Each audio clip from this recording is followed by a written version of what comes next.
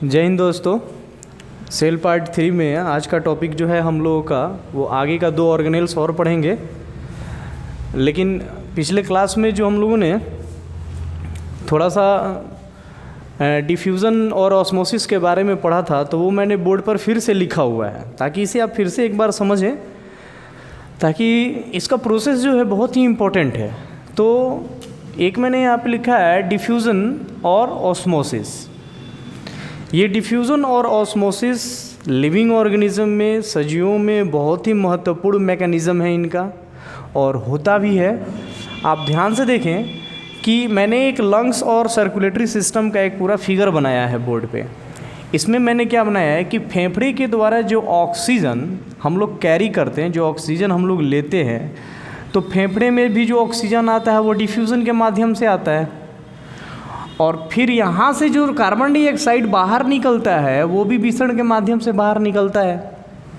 फिर हमारी ब्लड की जो वेसल्स जो है, जो ब्लड पूरा सर्कुलेट करती है शरीर में, इसमें भी जो ऑक्सीजन कैरी होता है, ये कैरी भी किस माध्यम से होता है आपके, तो विसरण के माध्यम से होता है, डिफ्यूज़न के माध्यम से होता है।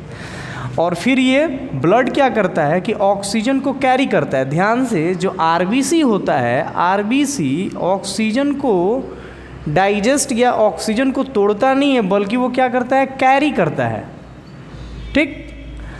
एक बात और ध्यान में रखिएगा कि कैरी इसलिए करता है, और इसका चूंकि मैकेनिज्म इस तरीके से है कि इसमें माइटोकॉन्ड्रिया अनुपस्थित होता है, क्योंकि माइटोकॉन्ड्रिया का ही काम होता है रेस्पिरेटरी फंक्शन को पूरी कंप्लीट करना। इसलिए आरबीसी में क्या होता है, रेड ब्लड सेल में क्या होता है कि माइटोकॉन्ड्रिया उपस्थित नहीं होता है। तो ये ऑक्सीजन को कैरी करता है, और ऑक्सीजन को कैरी करके फिर सेल में ब्लड के माध्यम से ऑक्सीजन कैरी हुआ, और फिर ये सेल में इसी डिफ्यूज़न के माध्यम से इंटर करता है। फिर हमारा जो पूरा मेटाबॉलिज्म प्रोसेस होगा, उस मेटाबॉलिज्म प्रोसेस के बाद, अर्थात उपापचयी प्रक्रियाओं के बाद, हमारा जो कार्बन डाइऑक्साइड निकलेगा, फिर वो कार्बन डाइऑक्साइड इस ब्लड के माध्यम से लंग्स में, और फिर लंग्स से हमारे नाक के माध्यम से बाहर। तो आपने देखा कि आपकी पूरी श्वसन की जो एक प्रक्रिया है, उस श्वसन के प्रक्रिया में जो हम जो सांस लेते हैं और छोड़ते हैं, उस सांस लेने और छोड़ने में पूरा डिफ्यूज़न एक मैकेनिज़्म की तरह वर्क कर रहा है। अब जो डिफ्यूज़न मैंने बताया था, वो आपको ये बताया था कि ये हमेशा, ये सेल मेम्ब्रेन का मैंने फिगर बनाया है, सेल मेम्ब्रेन का एक बनाया है, और इधर हाई कंसंट्रेशन किया है और इधर निम्न सांद्रता रखा है, लो कंसंट्रेशन किया है। इसमें होता क्या है कि हमेशा ये उच्च सांद्रता से निम्न सांद्रता के तरफ पदार्थ गमन करते हैं, ट्रांसपोर्ट करते हैं। लेकिन ऐसा नहीं है कि वही पदार्थ इधर से इधर गमन नहीं करते। जब ये प्रोसेस होता है तो दोनों तरफ से पदार्थ, मटेरियल्स गमन करते हैं, लेकिन जो नेट रिज़ल्ट हम देखते हैं वो नेट रिज़ल्ट इधर ही होता है, उच्च सांद्रता से निम्न सांद्रता की तरफ। अब इस प्रोसेस को करने में किसी प्रकार का कोई ऊर्जा का खपत नहीं, पैसिव प्रोसेस है ये, है ना। तो इस प्रकार के प्रोसेस करने में, तो ये आपका जो पूरा लंग्स का सिस्टम है, जो हम लोग ये डिफ्यूज़न के माध्यम से पूरे ये जो सिस्टम करते हैं, इस पूरे सिस्टम में कहीं एनर्जी खर्च नहीं होता है। ये स्वतः होने वाली एक नेचुरल प्रोसेस है, जो हमारे बॉडी में साधारण रूप से ये डिफ्यूज़न होता है। ठीक। इस डिफ्यूज़न को होने में 2-3 चीज़ फैक्टर होता है, उसे आप ध्यान से देखें। एक कि इस डिफ्यूज़न का रेट डायरेक्टली प्रोपोर्शनल होगा आपके एरिया से। भाई, सेल मेम्ब्रेन का जितना ज़्यादा एरिया होगा उतना ही ज़्यादा डिफ्यूज़न होगा। बात समझ में आ रही है। और इनडायरेक्टली प्रोपोर्शनल होगा इसके थिकनेस से। बात समझ में आ रही है। साधारण सी बात कि भाई जितना ज़्यादा इसका एरिया होगा उतना ही ज़्यादा डिफ्यूज़न होगा, और जितना ही ज़्यादा थिकनेस होगा उतना कम होगा, क्योंकि थिकनेस ज़्यादा होगा तो डिफ्यूज़न का प्रोसेस कम होगा। तो ये बात आप अपने दिमाग में रखिएगा, ये एक लॉजिकल चीज़ है, इसे आप ध्यान से रखिएगा। ठीक है। और भी इसमें बहुत कुछ चीज़ें जो कि हमें यहाँ नहीं पढ़ना और ज़्यादा जानने की ज़रूरी भी नहीं है। ये जो ग्रेडियंट फैक्टर इसको कहते हैं कि भाई डिफ्यूज़न में कौन कौन सा फैक्टर, तो ग्रेडियंट प्रवणता, तो टेम्परेचर ग्रेडियंट फैक्टर होता है, प्रेशर ग्रेडियंट फैक्टर होता है, आपका एरिया अभी जो मैंने बताया वो फैक्टर करता है, आपका थिकनेस फैक्टर करता है। तो ये सारी चीज़ें फैक्टर होती हैं डिफ्यूज़न के प्रोसेस में। अब रही बात जो मैंने पिछले क्लास में आपको पढ़ाया था ऑस्मोसिस के बारे में, तो ऑस्मोसिस के बारे में मैंने ये बताया था कि जो ऑस्मोसिस होता है ये खासकर सॉल्वेंट के फिनोमेनन में आता है, यानी विलायक, अर्थात जब विलायक के रूप में कोई पदार्थ इधर से उधर करे, अर्थात जब निम्न सांद्रता से उच्च सांद्रता के तरफ विलायक जाए। अब निम्न सांद्रता उच्च सांद्रता क्या, इसकी पहचान हम कैसे करेंगे? तो निम्न सांद्रता और उच्च सांद्रता का मतलब ये है कि जिधर सॉल्यूट ज़्यादा होगा उसे हाई कंसंट्रेशन कहेंगे, और जिधर सॉल्यूट कम होगा उसे लो कंसंट्रेट कहेंगे।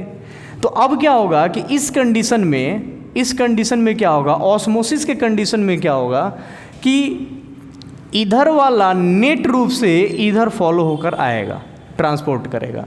हालांकि उस वक्त इधर से इधर भी जाएगा, लेकिन जब हम नेट रिजल्ट ऑस्मोसिस में देखेंगे, परासरण के प्रोसेस में देखेंगे, तो हमें नेट रिजल्ट जो मिलेगा वो आपको सॉल्वेंट किधर से किधर आते हुए मिलेगा, इधर से इधर आते हुए मिलेगा। यहाँ हम ऑस्मोसिस में लिक्विड अर्थात जिसमें किसी पदार्थ को घुलाया जाता है, मिलाया जाता है, अर्थात विलायक की बात करते हैं, अर्थात सॉल्वेंट की बात करते हैं, तो उसे हम ऑस्मोसिस करते हैं। इसी ऑस्मोसिस के माध्यम से फोटोसिंथेसिस में पौधे जड़ से पानी को लेते हैं, और डिफ्यूज़न का प्रोसेस तो आपने अभी साधारण रूप से अपने बॉडी में देखा। इसमें मैंने आपको एक बताया था हाइपरटोनिक सॉल्यूशन। हाइपरटोनिक सॉल्यूशन मतलब अति पराशरी विलयन। इसमें क्या कि जब हम डाइल्यूट सराउंडिंग के इर्द गिर्द, जब डाइल्यूट सराउंडिंग हो और वहाँ सेल को रखेंगे, तो डाइल्यूट सराउंडिंग में अगर आप सेल को रखेंगे तो सेल के जो सॉल्वेंट होंगे, अर्थात पानी या मटेरियल जो लिक्विड फॉर्म होगा, वो सेल से बाहर निकलेगा, और जब सेल से बाहर निकलेगा तो सेल क्या हो जाएगा, आपका सिकुड़ जाएगा, और जब सेल आपका सिकुड़ेगा तो उस प्रोसेस के मैंने बताया था आपको प्लाज्मोलाइसिस। बातें समझ में आ रही है? तो चूंकि ये दोनों बहुत इंपॉर्टेंट है आपका डिफ्यूज़न और ऑस्मोसिस, इसलिए मैंने फिर से एक बार इसको जिक्र किया। अब जो हमारा जो है उसमें है एंडोप्लाज्मिक रेटिकुलम। तो बच्चों हम लोग एंडोप्लाज्मिक रेटिकुलम पर आइए दोस्तों, अगले ऑर्गेनेल्स पे हम लोग आते हैं जिसे हम लोग एंडोप्लाज्मिक रेटिकुलम कहते हैं। ये हमारे सेल के अंदर एक ऑर्गेनेल्स है, कोशिकांग है, जिसका काम बहुत ही महत्वपूर्ण है। इसको समझते हैं हम लोग। इसके फिगर को मैंने रफली साइड में ड्रॉ किया है और आपको समझाने की मैं कोशिश कर रहा हूँ। तो अंतःप्रद्रवी जलिका, जिसे इंग्लिश में हम लोग एंडोप्लाज्मिक रेटिकुलम कहते हैं। एंडोप्लाज्मिक रेटिकुलम, इंडो मतलब अंदर, प्लाज्मिक मतलब झिल्लियाँ, ठीक है। रेटिकुलम एक सेल के अंदर झिल्ली नुमा टाइप का झिल्ली युक्त नलीदार एक अंग होता है जो आपको फिगर में दिख रहा होगा। इसे हम लोग शॉर्ट में ER कहते हैं, ठीक है। ये भी झिल्ली युक्त अंग है सेल का, जो केंद्रक से जुड़ा हुआ और लगभग कोशिका के झिल्ली तक, सेल मेम्ब्रेन तक इसका फैलाव रहता है। इसके काम क्या है उनको भी हम लोग समझेंगे। तो लगभग ये पूरा एरिया कोशिका का पकड़े हुए रहता है, जालीनुमा बना हुआ रहता है। इसका काम हमने ब्रीफली में यहाँ पहला एक पॉइंट्स लिखा है कि यह नेटवर्किंग सिस्टम की तरह कार्य करता है। अर्थात इसका जो काम है वह एक नेटवर्किंग सिस्टम का है। अर्थात ये करता क्या है कि अंदर से बनी हुई चीज़ें जो होती हैं, जो अंदर से बनी हुई चीज़ें जैसे राइबोसोम्स वगैरह या प्रोटीन्स वगैरह जो भी मटेरियल्स होती हैं, इनको ये बाहर की तरफ लाकर साइटोप्लाज्म में देने का कार्य करता है। इसी कारण इसके जो एरिया होते हैं वो ज़्यादा होते हैं। मैंने अगले पॉइंट्स में लिखा है कि ये नेटवर्किंग सिस्टम की तरह कार्य करता है। इसका कुछ हिस्सा केंद्र से और कुछ सेल मेम्ब्रेन से लगा हुआ रहता है। अगला जो पॉइंट है, यह बायोकेमिकल एक्टिविटीज़ के लिए, अर्थात यह बायोकेमिकल एक्टिविटीज़ के लिए सरफेस एरिया ज़्यादा से ज़्यादा प्रोवाइड करता है। देखिए, चूँकि ये बायोकेमिकल्स यहाँ होंगे है ना, जैव रासायनिक अभिक्रियाओं के लिए क्या करता है कि फोल्डिंग हो जाता है, और फोल्डिंग होने के कारण यहाँ पर मैक्सिमम बायोकेमिकल एक्टिविटीज़ होने की संभावना और बनी रहती है। तो यह बायोकेमिकल एक्टिविटीज़ के लिए सरफेस एरिया प्रदान करता है। अगर आप ध्यान से देखें इसके स्ट्रक्चर को जो मैंने यहाँ ड्रॉ किया है, इंडोप्लाज्मिक रेटिकुलम को जो मैंने यहाँ रफली दिखाया है, उसमें 3 चीज़ आपको देखने को मिलेगा। इसमें 3 चीज़ आपको देखने को क्या मिलेगा कि इस इंडोप्लाज्मिक रेटिकुलम में आपको एक लॉन्ग ट्यूब्स मिलेगा, ये वाला साइड में देखिए लॉन्ग ट्यूब्स टाइप का, ठीक। दूसरा आपको वेसिकल मिलेगा। वेसिकल मैं आपको समझाऊंगा, जो बिल्कुल थोड़े से एलोंगेट ऐसे ऑब्लिक टाइप के बैग के यहाँ गोले बने हुए हैं, ये यहाँ पे ये सब, तो ये आपको एक वेसिकल मिलेगा।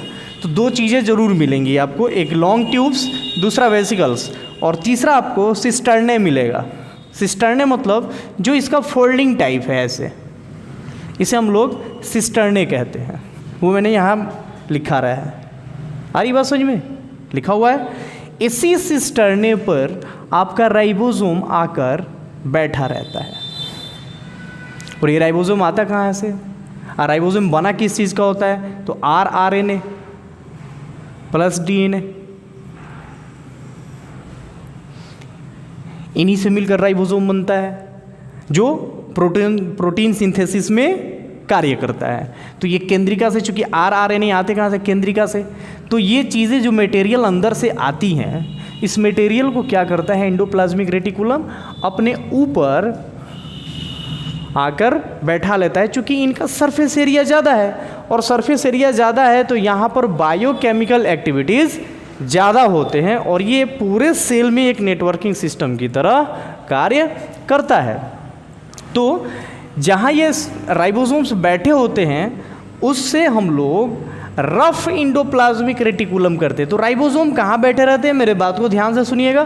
तो राइबोसोम ये जो सिस्टर्ने फोल्डिंग टाइप का जो एरिया होता है, जो फोल्डिंग टाइप का एरिया होता है, इन्हीं एरियाओं पर वो आकर चिपके हुए रहते हैं। और जो लॉन्ग ट्यूब्स टाइप का एरिया है जो यहाँ पर है, ये बिल्कुल स्मूथ होता है, इसलिए हम इसे SER कहते हैं, स्मूथ इंडोप्लाज्मिक रेटिकुलम। और इसको हम लोग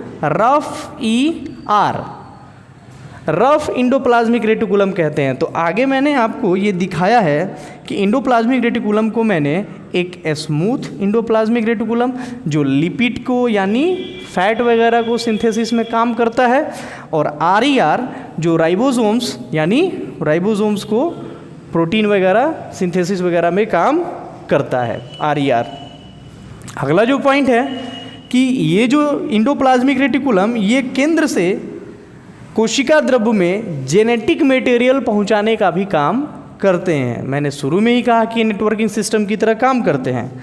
इस इंडोप्लाज्मिक रेटिकुलम के कुछ प्रोटीन और कुछ लिपिड्स, इस इंडोप्लाज्मिक रेटिकुलम के कुछ प्रोटीन और कुछ लिपिड्स मिलकर झिल्ली बनाने का, अर्थात सेल मेम्ब्रेन बनाने का काम करते हैं। मेरी इस बात को आप ध्यान से समझिएगा कि इंडोप्लाज्मिक रेटिकुलम के कुछ प्रोटीन्स और कुछ लिपिड्स मिलकर सेल मेम्ब्रेन बनाने का कार्य करते हैं।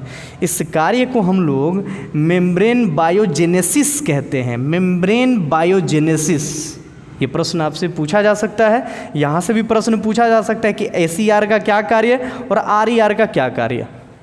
तो RER का कार्य ये कि भाई वहाँ आकर राइबोसोम चिपक जाते हैं तो वो रफ हो जाता है, और कुछ वहाँ प्रोटीन वगैरह भी सिंथेसिस होता है, मेनली तो नहीं लेकिन कुछ होता है। और SER का कार्य क्या भाई? तो SER वसा को सिंथेसिस करने में का इसके जो कार्य हैं उसमें ये कि इसके कुछ प्रोटीन और लिपिड, जो एंडोप्लाज्मिक रेटिकुलम में जो कुछ प्रोटीन और लिपिड होते हैं, वो कुछ जो होते हैं कुछ एंजाइम की तरह और कुछ हार्मोन की तरह वर्क करते हैं।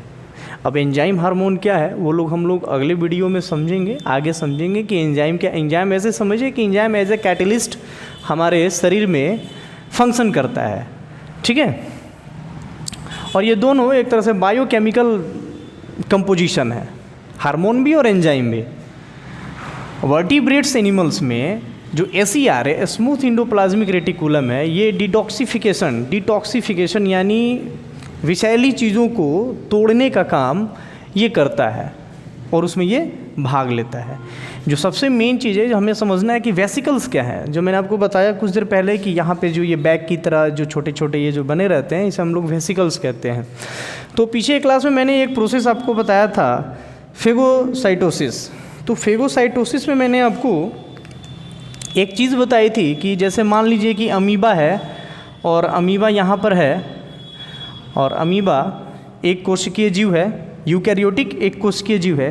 तो अगर इसे यहाँ भोजन है, मान लीजिए कि ये भोजन का टुकड़ा यहाँ पर पड़ा हुआ है, तो ये अपने सेल में बदलाव करता है, अपने स्ट्रक्चर में बदलाव करेगा, और बदलाव करके इसको क्या करेगा, ये इनगल्फ करेगा, पकड़ेगा।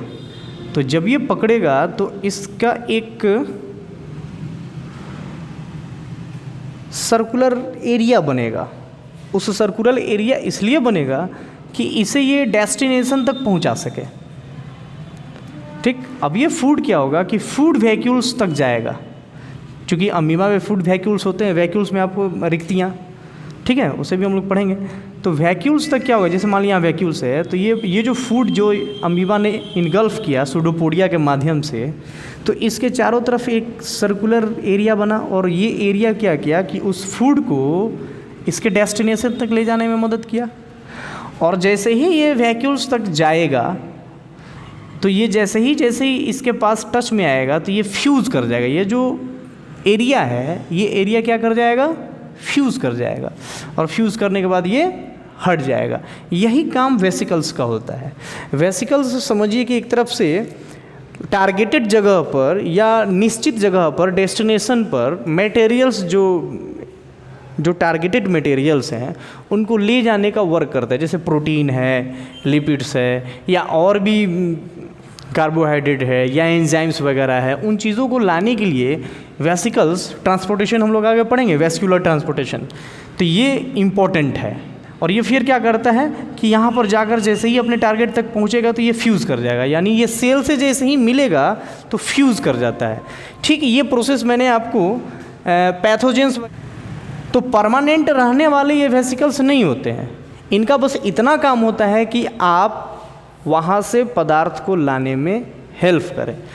ठीक, वेसिकल्स इसके ऊपर भी कहीं कहीं बने रहते हैं। ये वेसिकल्स क्या करते हैं कि इस एंडोप्लाज्मिक रेटिकुलम से आकर फ्यूज़ हो जाते हैं, और फ्यूज़ हो जाते हैं तो जो मटेरियल इनके पास होता है वो अंदर चला आता है, अंदर लाने का काम करते हैं, और वहाँ पर आते हैं तो बायोकेमिकल एक्टिविटीज़ होती हैं। तो वेसिकल्स का बस इतना ही काम है। और वैक्यूल्स एक परमानेंट चीज़ है जो जगह बनाकर रहती हैं। वैक्यूल्स जो रिक्तियाँ होती हैं वो पेड़ पौधे की कोशिकाओं में बड़े होते हैं, हालांकि एनिमल में छोटे छोटे प्राप्त होते हैं। इसके भी कारण होते हैं कि एनिमल में क्यों छोटे होते हैं, क्योंकि पेड़ पौधों का ग्रोथ और हम लोगों के ग्रोथ में अंतर होता है। पेड़ पौधे की ग्रोथ हमारे ग्रोथ से कई ज़्यादा तेज़ होते हैं। आप देखिएगा कि पेड़ पौधे के जो सरफेस एरिया होते हैं वो हमारे सरफेस एरिया से ज़्यादा है, तो केमिकल कंपोजिशन उनकी और जो ग्रोथिंग है वो ज़्यादा तेज़ी से होती है। इसलिए जो साइटोप्लाज्म का एरिया है वो उस अनुपात में भर नहीं पाता, जिस कारण से उनके सेल में, प्लांट सेल में, उनके सेल में वैक्यूल्स का साइज़ बड़ा होता है, लगभग 50 से 90%। कुछ प्लांट वाले सेल ऐसे होते हैं जिनके 50 से 90% एरिया, वॉल्यूम कौन कवर करता है, वैक्यूल्स कवर करता है, रिक्तियाँ कवर करता है। तो समझ में आया, वेसिकल से समझ में आया। अगला जो ऑर्गेनेल्स है, इसके बाद का जो ऑर्गेनेल्स है वो ऑर्गेनेल्स है गोल्जी बॉडी। तो गोल्जी बॉडी क्या करता है, या गोल्जी अपरेटस। तो ये जो कोशिकांग है, इस कोशिकांग का काम इतना है कि जैसे आपका मोबाइल का नेटवर्क होता है कि मोबाइल की फ्रीक्वेंसी को बढ़ाने के लिए हम लोग जगह जगह वायरलेस लगाए रहते हैं। तो वायरलेस का क्या काम है, वायरलेस का काम क्या है कि जो फ्रीक्वेंसी आई उसको एम्पलीफाइंग करे और मजबूत करे और फिर कस्टमर तक भेजे। ठीक इसका काम वही होता है कि जैसे ही केंद्र से एंडोप्लाज्मिक रेटिकुलम तरह तरह के पदार्थों को बाहर लाते हैं, तो लाने में जब ये स्टोर रोकते हैं और बायोकेमिकल एक्टिविटीज़ होकर जब ये भेजते हैं, तो ये काम क्या करता है कि उनको स्टोर्ड करने में काम करता है। गोल्जी बॉडी क्या करता है कि उन पदार्थों को स्टोर्ड, मॉडिफिकेशन और सिक्रेशन, अर्थात मेन रूप से जो गोल्जी बॉडी का काम है वो ये है कि प्रोटीन, लिपिड्स या जो बायोकेमिकल जो अंदर से आ रहे हैं, केंद्र से आ रहे हैं और साइटोप्लाज्म में जगह जगह भेजे जाने हैं, उनको ये स्टोर करता है, उनको मॉडिफाइड करता है और फिर उनका सिक्रेशन करता है जगह जगह साइटोप्लाज्म में। और हो सके तो वो चीज़ जो अवांछित है, जो अपशिष्ट है, उनको कोशिका से बाहर भी करता है। तो नेक्स्ट आइए हम लोग गोल्जी बॉडी समझ लें। आइए हम लोग गोल्जी अपरेटस को, गोल्जी बॉडी को समझें। ये एंडोप्लाज्मिक के बाद का हमारा अंग है जिसके बारे में हम लोग पढ़ने जा रहे हैं। तो गोल्जी बॉडी कहिए या अपरेटस कहिए या कॉम्प्लेक्स कहिए, गोल्जी कॉम्प्लेक्स भी कह सकते हैं आप, गोल्जी बॉडी भी कह सकते हैं आप, या गोल्जी अपरेटस भी कह सकते हैं आप। इसके बारे में जिसने सबसे पहले खोजा उस साइंटिस्ट का नाम था गोल्जी कैमिलियो। इन्होंने लगभग 1898 के आसपास उन्होंने इस चीज़ को खोजा। इसे जो मेनली हम लोग जो कहते हैं, जो कुछ देर पहले मैंने आपको बताया कि इसे सेक्रेटरी ऑर्गेनेल्स के रूप में जानते हैं।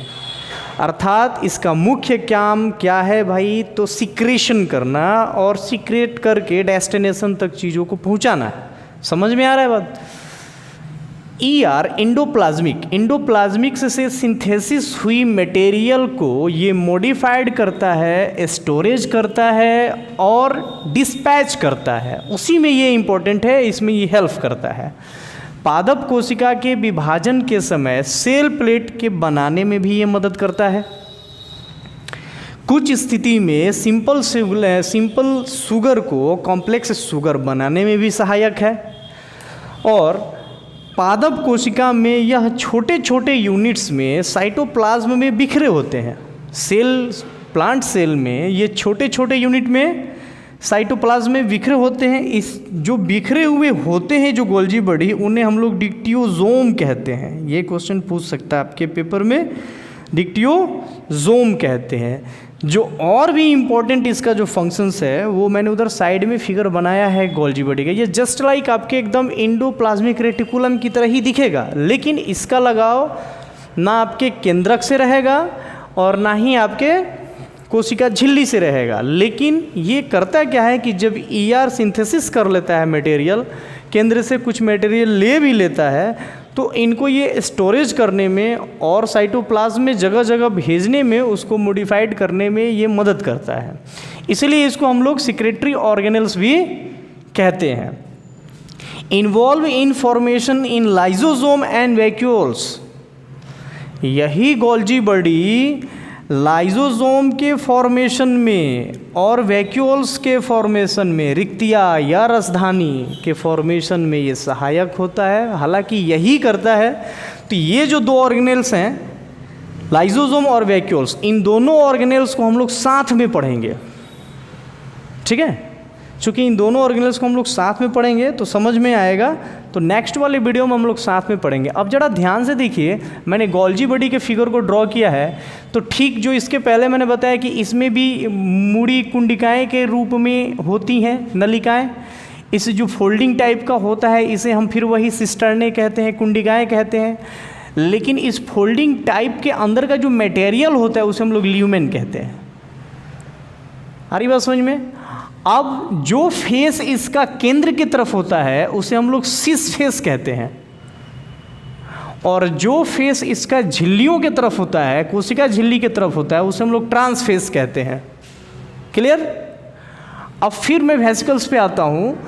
सिस फेस के तरफ भी इसे कुछ वेसिकल्स इसके सरफेस से सटे हुए होते हैं वहाँ पे, और ट्रांसफेस के तरफ भी वेसिकल्स बने हुए होते हैं। मैंने अभी आपको बताया था कि यही वेसिकल्स, यही पुटिकाएँ जो मटेरियल संश्लेषित हैं ER की या और भी कुछ, तो उनको ये लाने में, इधर से ट्रांसपोर्ट करने में मदद करता है केंद्र की ओर से, कि हाँ भाई इसे हमको ले जाना है दूसरे जगह। और फिर ये आता है तो ये यहाँ पे फ्यूज़ हो जाएगा, और फ्यूज़ हो जाएगा तो ये मटेरियल फिर इसके माध्यम से इसके ट्रांसफेस की तरफ जाएंगी, और फिर ये ट्रांसफेस पे वेसिकल्स वगैरह क्रिएट करेंगे, और फिर ये वेसिकल्स यहाँ से क्या करेगा? सिक्रेट करेगा। तो इधर वाले वेसिकल्स को हम लोग सिक्रेशन बोल सकते हैं, और इधर वाले वेसिकल्स को हम लोग ट्रांसपोर्ट वेसिकल्स बोल सकते हैं, कि ये इधर से इधर के ट्रांसपोर्ट करता है, और फिर ये क्या करता है? यहाँ से सिक्रेट करता है। आ रही बात समझ में? तो ये पूरा एक फंक्शन है गोल्जी बॉडी का। इसके बाद हम लोग लाइजोसोम और वैक्यूल्स के अंग पर आएंगे। ये सारे अभी हम लोग कोशिकाओं के अंग के बारे में पढ़ रहे हैं, तो इन्हें आप एक बार ध्यान से देखिए, फिर हम लोग नेक्स्ट वीडियो में मिलेंगे। जय हिंद।